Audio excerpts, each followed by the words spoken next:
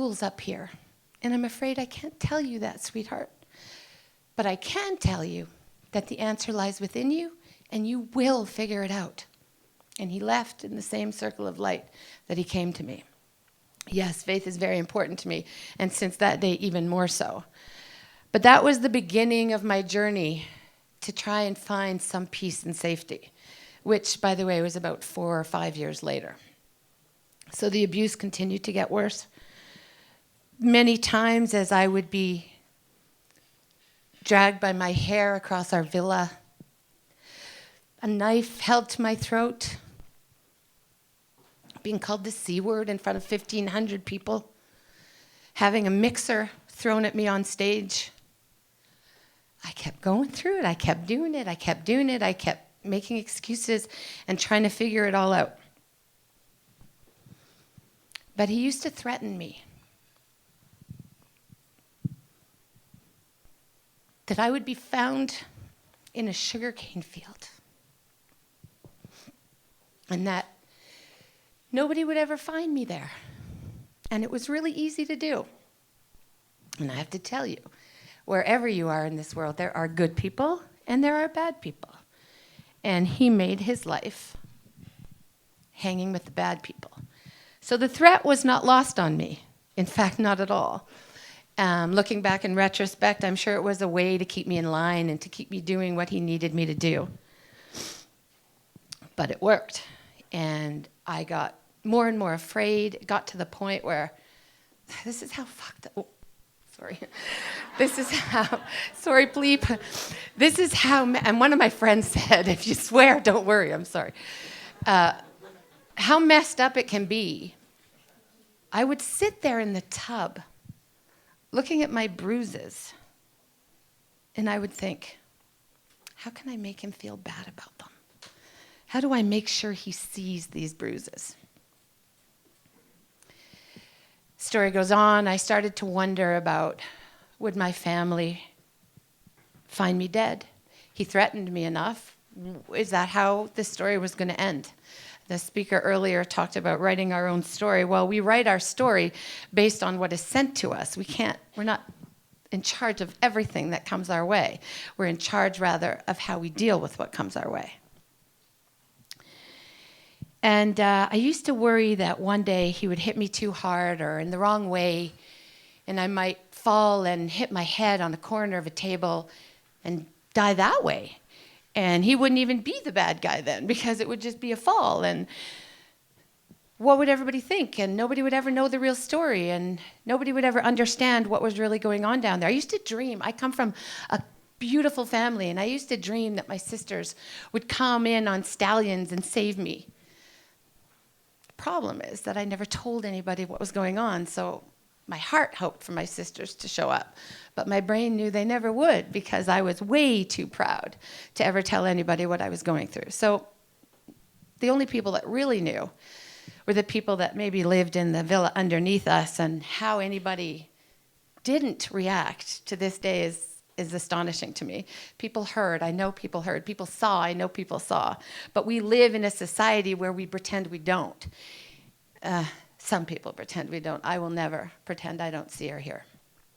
Anyway, the nightmare moment came when one day I found myself in the backseat of a car with him and 2 locals in the front seat.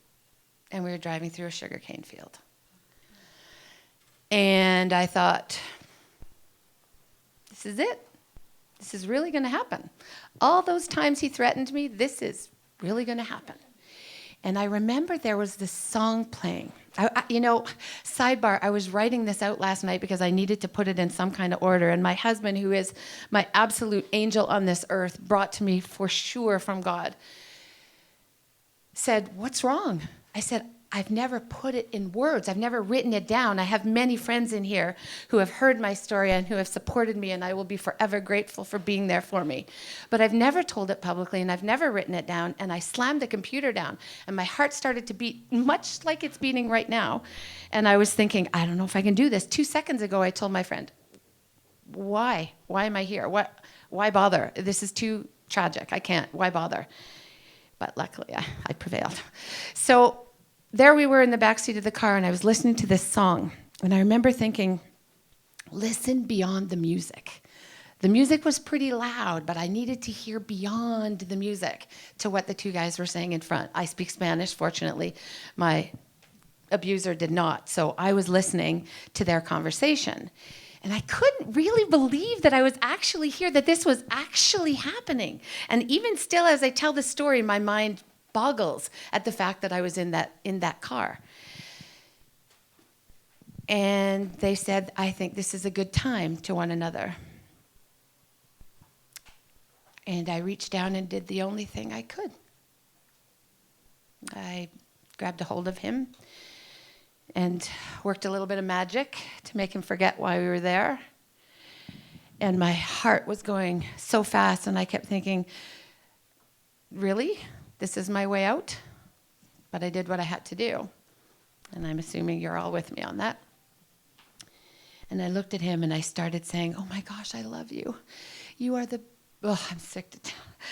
You are the best boyfriend a girl could ever want. I'm so grateful for you. I love you so much. Busy, busy, busy. And I looked at him and I said, you love me, right? And he said, of course I could see him right now as I'm telling you this story. He said, of course I do. And I said, you would never hurt me, would you? And he said, of course not. And I thank God for that moment, that I could find my way to ask that question. Because at that very second, the guy in the front said, now? And I just prayed, holy, please don't say yes. There would have been no way for me to get out of there now. There's 3 men, a sugarcane field, and me. There would be no way. And he said, no, let's do this another day. I have no idea how the rest of the night unfolded.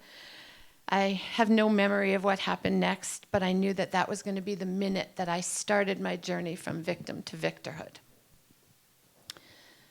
Fast forward to today. I found my way out, obviously. And then I met my now husband, and about a year later or 2 years later, I got a phone call during a very intimate moment with my husband. And I felt like I really should answer that phone, but pretty inappropriate, but I was thinking I should answer the phone. So as soon as it was appropriate, I picked up the phone and heard a message from a mutual friend that he had died. And I sobbed. I mean, I cried from the very depths of my soul.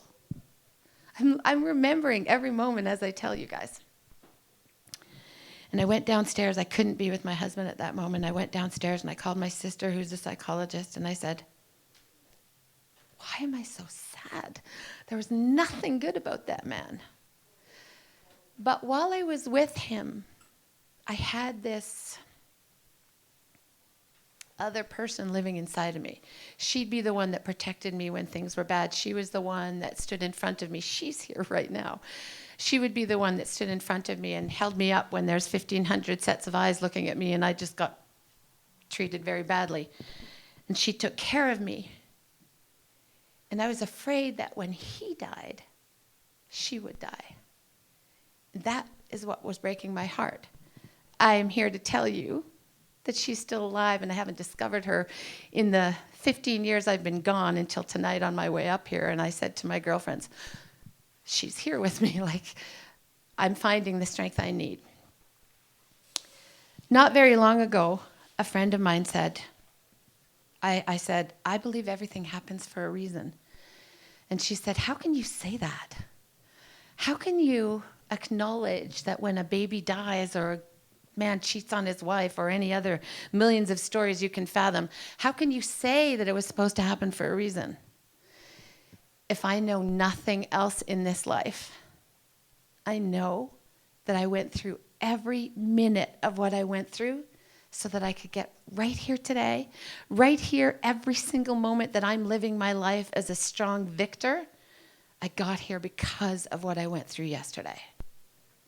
So before I wrap up, I want to tell you my theory of happiness versus harmony, which is what I take with me whenever I speak. I think we spend a lot of time as a society trying to be happy.